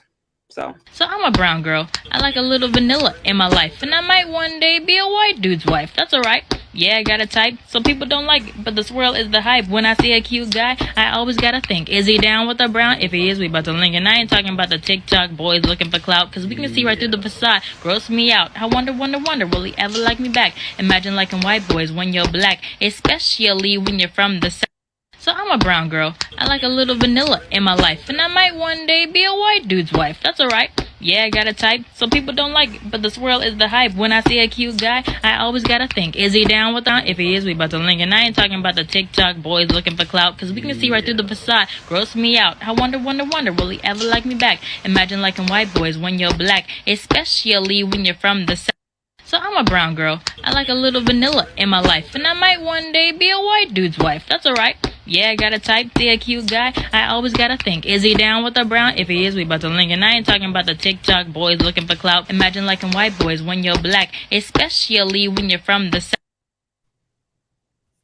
So, okay. So like, share, subscribe. I have about, let me think, I got like 10 more minutes of this I can review. Do you guys want me to finish the next 10? If you guys want me to review the next 10, social love in the Cash App Super Chat. If not, I'll shut this down, wrap this up, because I got some other videos I want to edit. But I think we've gotten some good stuff up to this point. I mean, really, we went over Black men are gay. We found that's a lie. Or even where it is true, Black women are also equally as gay, and increasingly more so. Race and bisexuality are highest, right, among Black women. We looked at Black men are in prison. We found that there are more Black men in college than in prison, and also rates of incarceration are actually increasing for women and exponentially increasing for Black women. One source said that Black women are incarcerated 6 times more than white women. That was one source. Okay, so when we want to do tit for tat and say, oh, Black men are in prison so much more than other races of men. Well, Black women are in prison so much more than other races of women. So we don't want to make this like a race thing, as much as, or we don't want to make this like a gender thing. It's like, you can argue this is maybe more like a systematic issue, systematic racism, or you can argue whatever. But case in point, it impacts Black women too. Okay, Snow Bunnied. I mean, we already know that. What is 83% of Black women who make 6 figures or more are married to a Black wife. Also, for all this whole Black men aren't marriage material, there's more Black men married than Black women. There's literally more Black men married than Black women.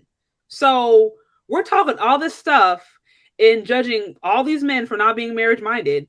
But meanwhile, they're the ones who are going down the aisle more. So make that make sense. That don't make no kind of sense.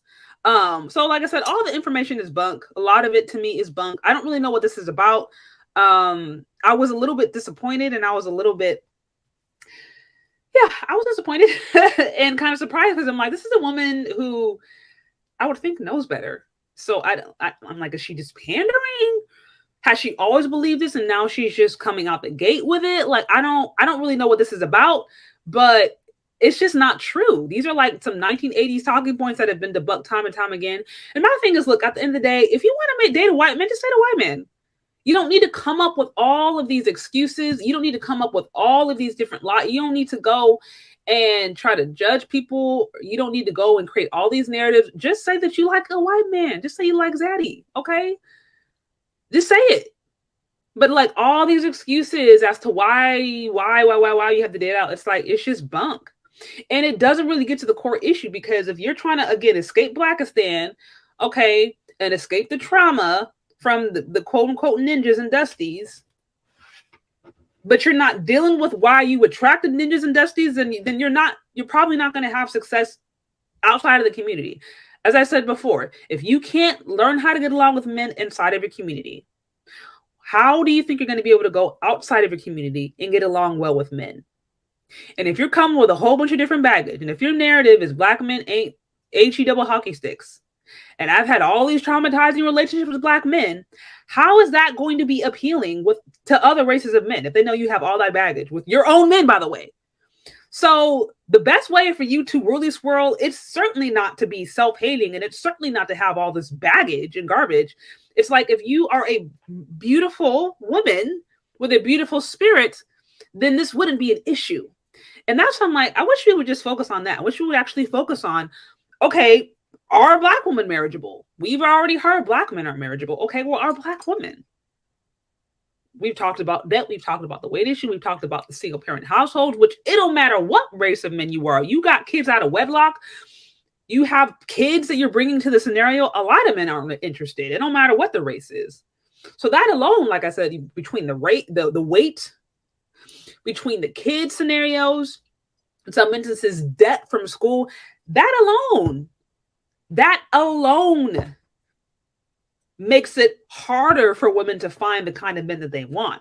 Then you want to talk about if there's any attitude involved. Then you want to talk about if there's any misandry, any hatred, any baggage. That's a whole other component. But I'm like, if you just focus on just being a good, beautiful woman, then none of this stuff should be an issue. And I'm like, especially because I know she's talking to women who propose to be, women of God. She's a Christian woman talking to other Christian women. I'm like, as a fellow Christian woman, this stuff is bunk. You cannot say that you love God and hate the men who look like you. You can't say that. And what this kind of rhetoric is doing is showing hatred. Now, I know we wouldn't claim it. We'd say, oh, well, no, this is the facts. This is just the truth. But then we fail to actually provide receipts that show this is proof. And what it does is further drive a wedge, and it further reinforces negative stereotypes that actually have the good black men going to grab their passport and go abroad. That's what it does. So first of all, you cannot be a woman of God and hate the men who look like you. That's just bunk. The word of God itself says, if you hate the person you can see, you cannot say that you love God who you can't see. So that alone is bunk. You can't be divesting and be a Christian. That's anti-biblical, period. Secondly, if you really are a woman of God, truthfully, if you allow God to take you through the process of purification, search my heart, right? A prayer you'll see in Psalms, or search me and know me, try me and know my thoughts. If you allow God to show you yourself, show you if there's areas in yourself where you're not marriageable, if maybe you are hard to deal with, if maybe you have a bad attitude, if maybe you're attracted to trauma, if you allow God to take you through your own purification process and you become that beautiful wife, then you're going to have an easier time attracting what you want. Like attracts like. And as I mentioned before, in a society where 304s and thought culture is being promoted, you will stand out. You will absolutely stand out if you are that virtuous woman. The problem is a lot of us don't want to go through the process of actually trying to become a virtuous woman. And instead of focusing on that, it's easier to just point the fingers and say, it's all these Dusties, it's all these men that ain't got no common sense, and all these men that are laid up there with the Becky or they're gay or whatever. It's so easy to find what men are not doing right. But it is not easy to look in the mirror and say, well, God, where am I doing wrong? But that's where the work starts. That's where the work starts. And if you're not willing to do that, then no amount of trying to divest or swirl or marry out or find Brad is going to fix it. It ain't. You have to allow God to take you through the process. This is why I was talking to somebody the other day. I was like, I don't even know, at least today, I wouldn't do a matchmaking service because 95% of women wouldn't pass, just based upon the spirituality alone, we wouldn't get past step one. I'm like, we got to lay a spiritual foundation. Are you willing to give your life to God fully? And now go through the purification process of what that actually means. Are you willing to deal with your attitudes, your selfishness, the humility? Are you willing to submit to the authority in your life, whether it be a pastor at that particular time, and then when you get married to your husband, and then continue to go through that submission process? Are you willing to do that? Are you willing to recognize that there's going to be things that you don't want, that you don't get? This is not about you getting all your goodies. You don't pray a prayer and then God just gives you a Chanel bag and a big old mansion and a car, because God, it's not like that. God may send you a dude that's don't have all the money in the bank, but he has a good heart and good character and he works hard. God may send you a dude that's 5'6" and you want to do that 6'5". Are you willing for that?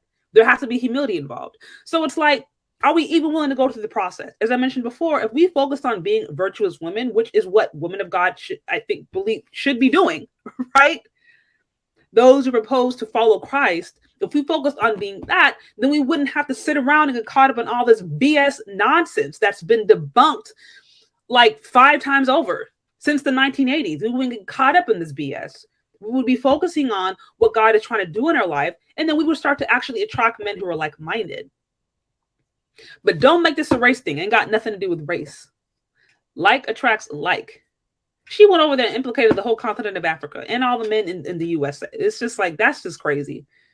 And then we enter the myth of the white womanhood, the tragic mulatto syndrome. We kind of got some of that. Like, it was a whole bunch of nonsense that I would not expect from a woman like her. This is why I was very surprised and disturbed. But anyways, yeah, pandering to woman is profitable. Telling the truth ain't always possible. It's not. There's, like I said, that's why I tell people all the time. I was like, look, if I was in this just for money, at the expense of telling the truth, I would pander to women, because there's a lot more money in that. Y'all see how long I've been in here? I got what, like 2, 3 super chats? Shout out to y'all 3 super chats.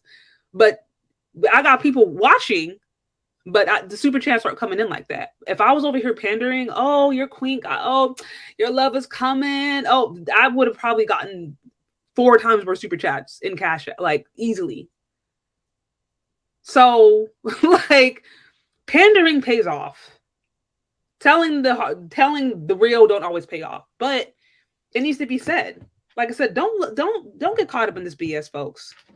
Shout out to you, Dion Hall, with the 25. I see you on the Cash App. I thank you. I appreciate it. Yeah, I appreciate it. Thank you. And as I mentioned before, especially if you propose to be a woman of God, this is some straight up BS demonology. And let me tell you that a lot of the stuff is just from just a purely secular statistical standpoint, not true. Or if it is true, it applies to Black women.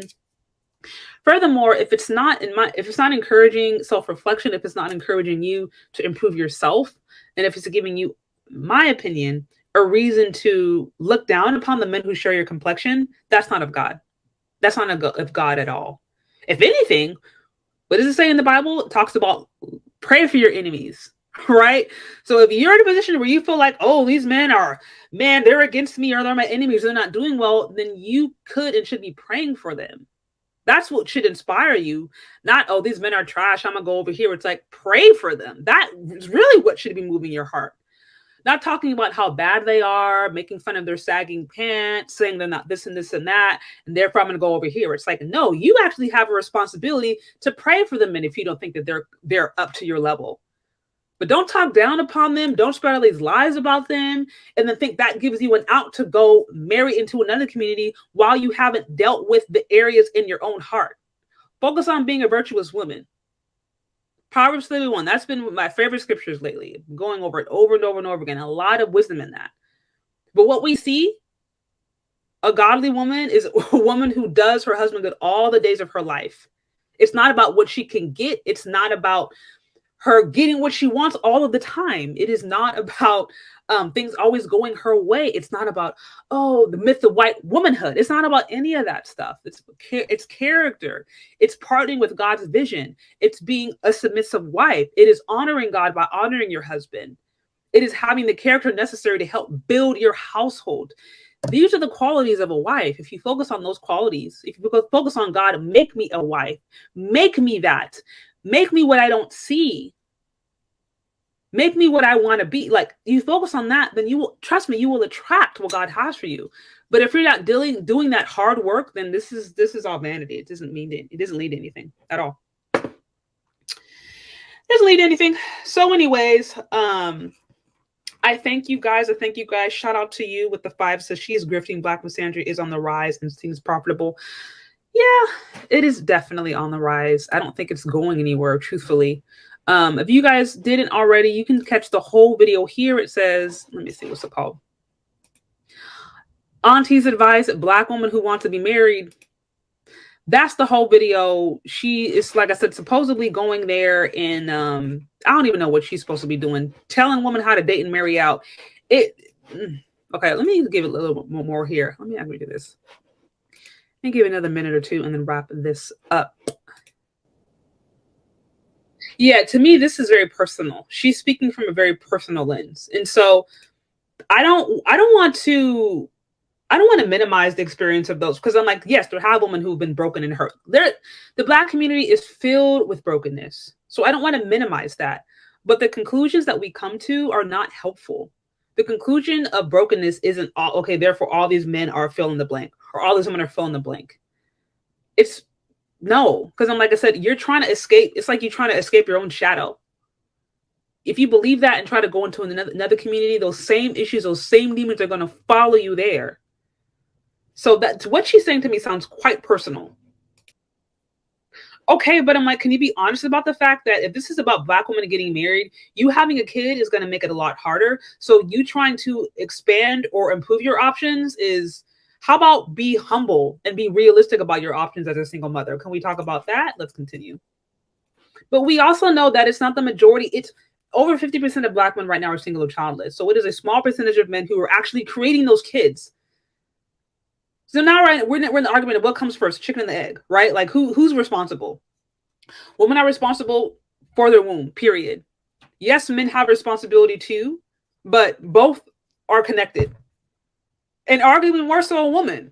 Like, you have full control over who enters in and out of you.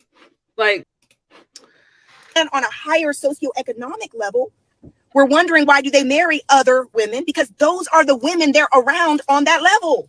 And then those women are the women who are used to being provided for and protected by their fathers and men. So these are women who are in touch with their feminine, who men prefer. And so Black women are sitting here stuck because we're frustrated and hurt. And we've been walked over and taken advantage of and hurt and broken. And we're having to do all the work to heal that. But then you're frustrated and overwhelmed, raising kids by your Black man that's not there for you, that you tried to make a life with. Single mothers, we know it's an epidemic. Single mothers don't make themselves single all by themselves. Black men are not in the home raising their kids. So y'all heard it. I mean, it's so much. To me, it's a lot of Black men aren't this, a Black men aren't that. I mean, we already know if you're in a single parent household, a woman has responsibility over her womb, period. I'm not saying the man doesn't have responsibility, he does, but both are involved. Also, the whole Black fathers are in the home. We also have the report that say Black fathers are actually the most involved, right? We also know it is a minority of Black men who are creating those single parent households. Over 50% of Black men are single and childless to date, right? Over 50%. So how are we implicating an entire group of men in something that only a small minority of men are doing? This is where I'm saying this rhetoric is very dangerous, because it's not based upon the truth. It's bull. It's total bunk, literally.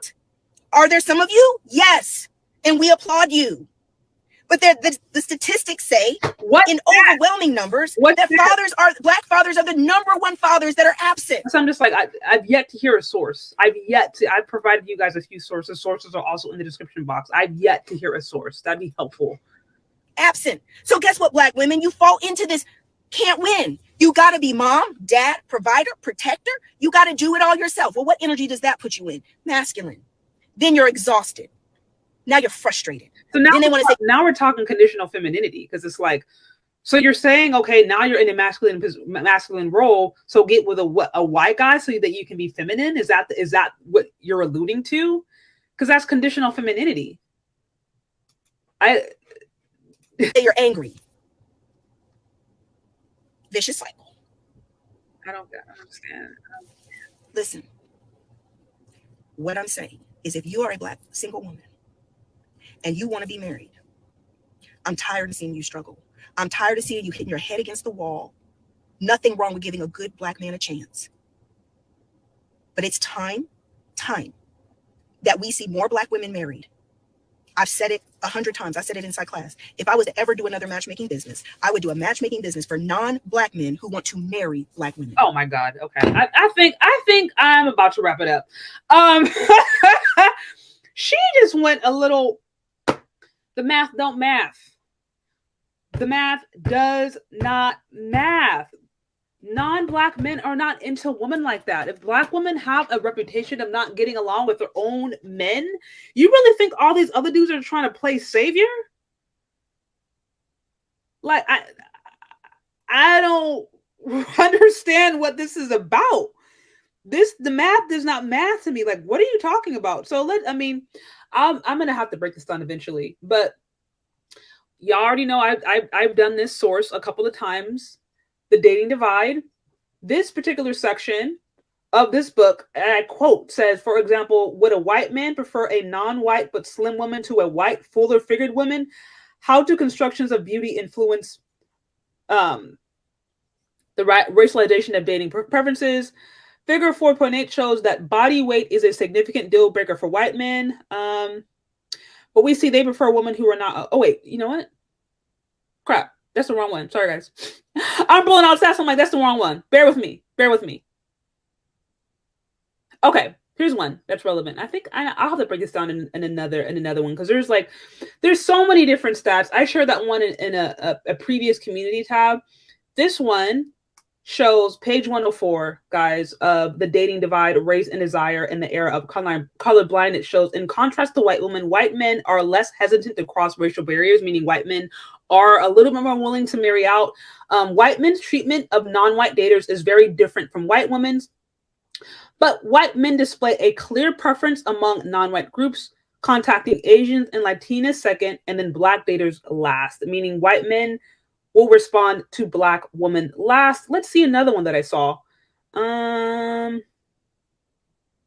White men we interviewed confirmed the notion that Black women were both highly sexualized and unsuitable for lasting relationships. This was, again, from The Dating Divide, Race, and something in the era of colorblindness. White men we interviewed confirmed the notion that Black women were both highly sexual and unsuitable for lasting relationships. Y'all let me know if you want me to include that in the community tab. I've already shared aspects of that from the book. It's just bunk. I'm like, to me, if you created I would like to see it. I think I would be fascinated, and I would applaud anybody who could successfully run a matchmaking business that is exclusively about high value, because they don't want the poor broke ones. High value white men who are exclusively looking for Black women, or high value non-Black men who are exclusively looking for Black women, whether it be high value Asian men, high value Arabian, Indian men, high value white men, exclusively looking for Black women. I would be so curious to see if that business model would succeed. I would applaud it if it succeeded, because it would go against every statistical data point that has been shown up to this point. Every statistical data point. We do know that men of other races perceive Black women as being sexually loose and therefore good for fun. But apart from that, they ain't trying to marry them. They are not trying to marry them. So that's why I'm like, I don't know what she's talking about. Everybody, last one of us, can speak to an anecdotal experience and say, oh, well, I saw this viral TikTok video. Oh, well, we're seeing more interracial dating in media. So that means in the long run, there's going to be more interracial relationships. These same women don't understand that you have a large segment of the population that think that this is actually a plot against them to try to dwindle their race. Like, there is literally white folks out there mad that they are seeing interracial relationships online because they think it is a plot against their race to try to, shrink the white population. Let's just keep it a buck. So just because you see more interracial swirling online in media and TikTok, it does not mean that that is overwhelmingly overtaking the general population. If you want to date out and do it successfully, I have no issues with it. But can we just be honest about what's going on? And can you not, in the same time of trying to pursue other races of men, start to promote lies that are detrimental? That's what I'm saying. Also, for those of you who propose to be women of God, all of this is BS. Just know this. If you're listening in any of the things that are just said, Black men are gays, no money in prison, all these things are just total BS. Even if they were true, they equally apply to Black women. And if you focus on being a virtuous woman, if you focus on Pray that prayer in Psalms. God, search me and know me. Try me and know my anxious thoughts. See if there is anything wicked in me and lead me into the path of righteousness. If you focus on trying to become a virtuous woman and asking God to give you a pure heart and to make you a wife, and then go through that purification process, whether it's getting involved in maybe a church, or maybe getting involved in a Bible study about what it actually means to be a wife, study that. Ask God to give you the character to be that. Be humble, be teachable, be honest about your own flaws. Because if you're not aware of your own flaws, then you don't need to be married. Go through that process, and then maybe we can revisit this conversation in my marriage material. But if you're not going through that process, and then you're attracting Dusties, and then you think you're going to just successfully divest and not run into any issues, stop. It's not going nowhere. Anyways,